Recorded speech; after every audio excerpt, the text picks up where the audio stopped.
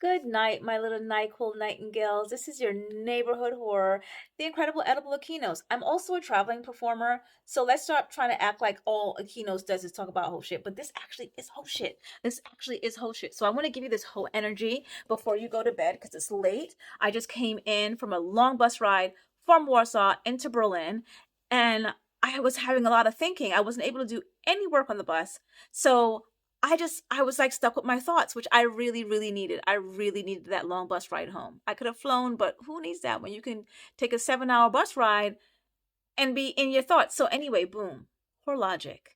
You know, those people that come into your lives, and this is for my women who date the XYs. You have these people, all of us have experienced this.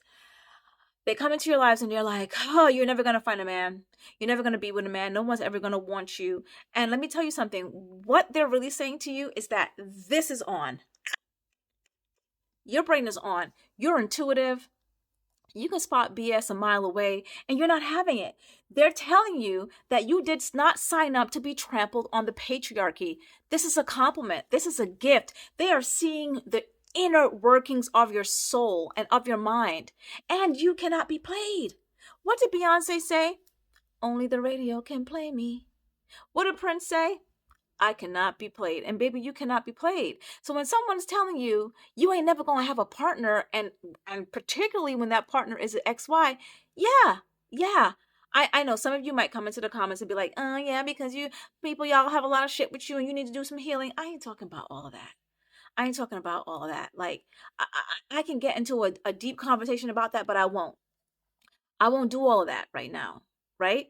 What I'm saying to you is if you have been in these relationships with these XYs and you have gotten out and you have stood up for yourself and people are seeing that and they're turning up their nose to that, baby, don't worry about them. Don't worry about them. You did not sign up to be oppressed by a patriarchal system.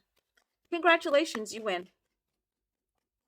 You see, the thing is, and the last guy I was kind of sort of seeing can tell you this, is that even if there is a moment of vulnerability and you are able to seep in, when I wake up, and usually it's within a couple of weeks or a couple of months in worst case scenarios, when I wake up, it's like a beast has unleashed and I'm going to try to take you down in the worst way. So, like, control yourselves, right? Like, don't come for the monster, don't wake a sleeping lion, which is what it is when people be trying to like seep in and mess with me. And yeah, you ain't having it, we ain't having it, we are on. You ever wondered about those people, and there's a lot of them out there, that they just go ahead and they follow everyone that is like phony, fake, and a liar, and you're just like, how are so many people attracted to this phony, this fakeness, this lying nonsense? And basically what that is that those people are I don't want to use darkness as a bad like metaphor, so I'm going to use light. Those people have a bright, harsh light shining in their face so much that they can't see straight. They can't see through the whiteness. They can't see through the oppressive white light. And they're just following mindlessly because it's easy. It's easy. They can't, you know what I mean? Like, they can't even find the goddamn sunglasses or the glasses on their face so they can see straight to walk through that and go in the right direction. And we, the folks like us, we have that wonderful gift and we're able to get ourselves out of abusive situations faster than the average Joe Schmo. Some people are even faster than me and they see it from day one and they're like, oh, you trying it, and then they leave. This is a plus. We are winning. Do you know what it's like to be in a world where you were a woman, that you can do for yourself, that you can you're free and you ain't got to be under no control of no XY and their expectations and their demons and their thises and their that's? Do you know how freeing that is? Once upon a time in America, women were fighting for the right to wear pants. And you are able to like be like, oh, I see danger, danger, danger, and I'm out. Peace. That's a plus. And let me tell you something. Horror logic. Most of the XYs you meet are damaged goods. They have a lot of working that they need to do on themselves, and they will come into your life and try to take you down. Now, I know people are going to come into the comments eventually at some point and be like, oh, but what about women? Whatever. I don't want to, I'm not going to get into those stupid ass talking points. I'm talking to my women who date the XYs, who date people that are a part of the patriarchy.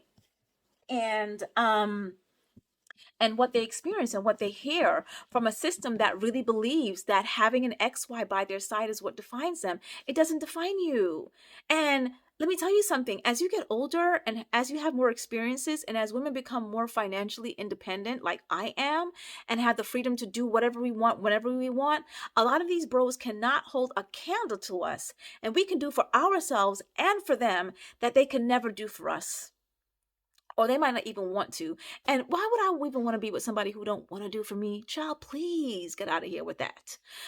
Anyway, we are living in a world where we have women who are fighting for the right to show their hair. And you are in a position where you can get the hell up and go do for yourself and not have to be bothered with an XY. So when somebody rolls up into your face and they're telling you that you're never going to be with anyone and you're going to be alone and no one's going to want you, all they're doing is saying that I see how powerful you are, and I see that you are not somebody that signed up to be in any kind of abusive situation, and I see that you are someone that's highly intuitive and intelligent, and you will walk away from bullshit soon as it's happening. And as you get older, it gets better to walk away from it, because a lot of times we have stayed dealing with a lot of these XYs out of fear. And there's nothing to fear. You are living in a free world right now. And if you're not living in a free world at this moment, trust and believe all the work that is being done is paving the way for the people that are coming after you, and even for you in part of your existence, to be a part of that free world. So we all know that the comeback is to say, yeah, man doesn't define me, but you know what? Let them know. Yeah, my brain is on.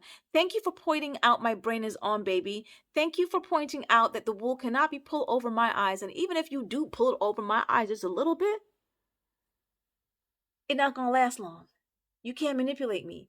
You never going to get into a cult. You never going to get me into a cult, because I'm not cult minded. I'm not that much of sleep. I'm never going to be able to walk into the path of the sheep. You're welcome.